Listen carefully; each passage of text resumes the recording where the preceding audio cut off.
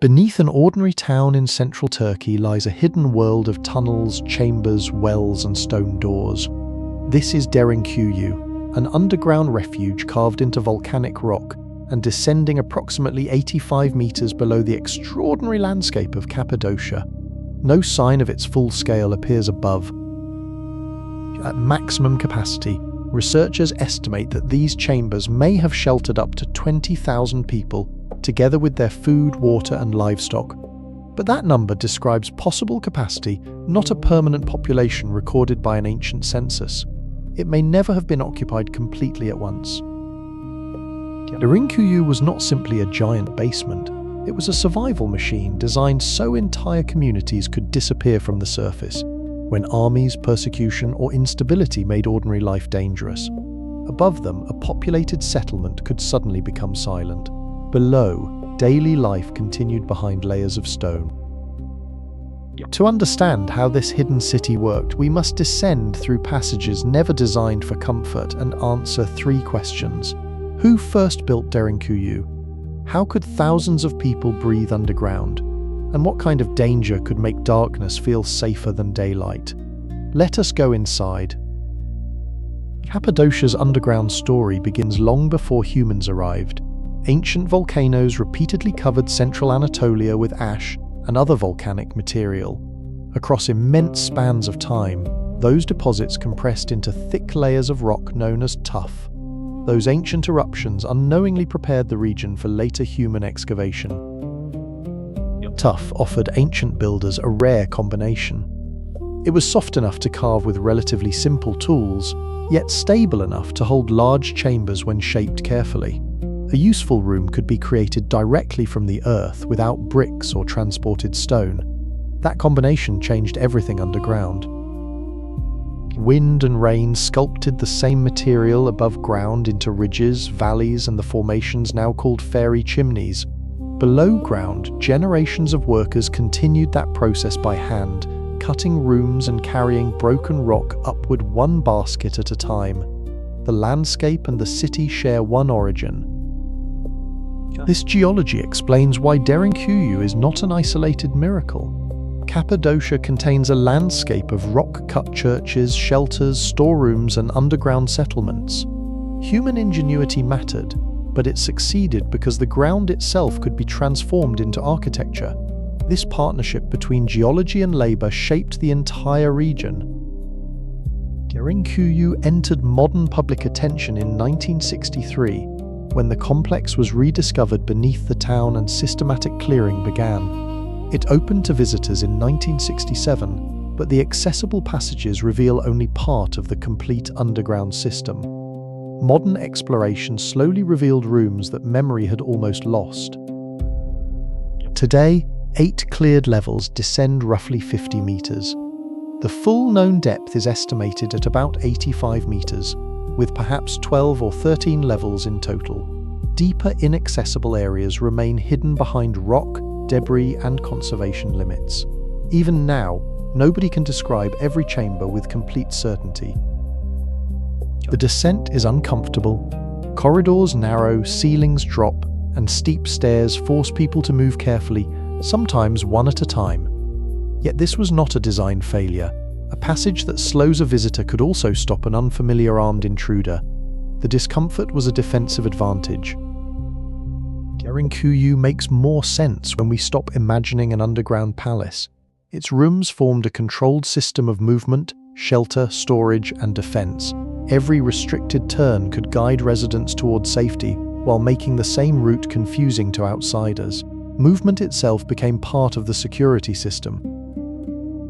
The most recognizable defenses in Derinkuyu are enormous circular stone doors, shaped like millstones and positioned beside critical passages. They were not decorative objects. Each one could transform a narrow tunnel into a sealed barrier within moments. Their simple shape concealed a remarkably effective defensive idea inside. When danger approached, defenders could roll a stone across the tunnel from the protected side.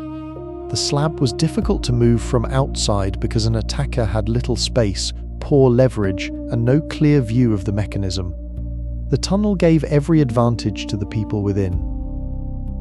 A small opening in the center allowed people behind the barrier to watch the passage, communicate, or confront anyone attempting to break through. Additional stone doors appeared at different depths, so separate sections of the city could be isolated.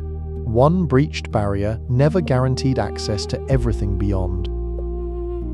Even if intruders entered one chamber, narrow stairs, confusing turns, and further barriers could prevent them from controlling the refuge. Derinkuyu was not invincible, but its architecture transformed darkness and local knowledge into defenses more effective than open battle. The city forced attackers to fight the architecture itself. Stone doors could keep enemies out, but they created a harder problem. Thousands of people below ground still needed air, water, food, light, and sanitation. Without carefully planned infrastructure, the refuge itself could become more dangerous than the threat outside. Survival depended on solving every one of them. Vertical shafts connected multiple levels with the surface and supported natural airflow through chambers that would otherwise become dangerously still. Smoke from oil lamps and cooking had to escape, while fresh air needed to reach people sheltering far below. Engineering had to make the underground environment breathe. Wells descended deep into the complex, reducing the need to collect water above ground during an attack. Storage chambers protected grain, oil, dried food, and wine, supplies able to survive much longer than fresh produce during an extended emergency. Each reserve extended the time residents could remain hidden. Stables were positioned near upper levels, keeping large animals closer to entrances while families and essential supplies moved deeper. Together, ventilation, wells, storage, and planned spaces made temporary underground life possible, although it was never easy, clean, or comfortable. Every level served a different part of survival.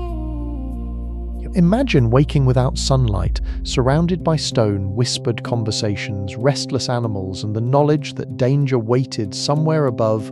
Oil lamps offered light, but every flame consumed oxygen and added smoke, making ventilation essential for survival. Time would have been measured by routine rather than daylight alone. Food preparation had to be controlled, waste had to be managed, and unnecessary noise near entrances could reveal activity. Privacy would have been limited. Water, fuel, and stored food had to be shared according to the needs of the community. Cooperation was not optional in such confined conditions. Archaeologists have identified spaces interpreted as kitchens, communal rooms, religious areas, storage chambers, and places for animals or instruction. These rooms suggest that people tried to preserve routine, belief, cooperation, and social order, even while hiding underground. Culture survived beside the practical systems keeping bodies alive below. The engineering is extraordinary, but the greater achievement may have been human coordination.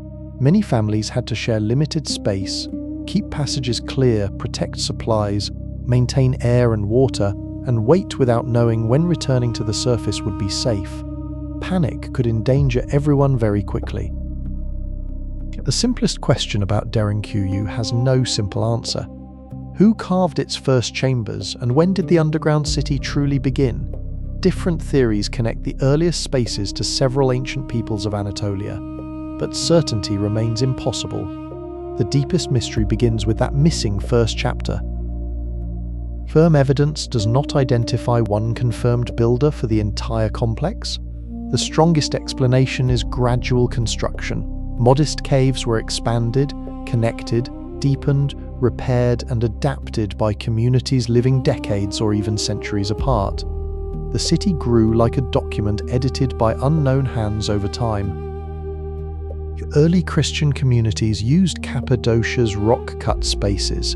During the Byzantine period, underground towns offered refuge during persecution, conflict, and Arab raids.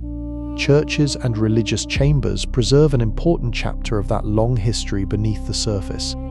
Their presence is visible, but it was not necessarily the beginning. Yet Christian spaces do not prove that Christians created every older tunnel.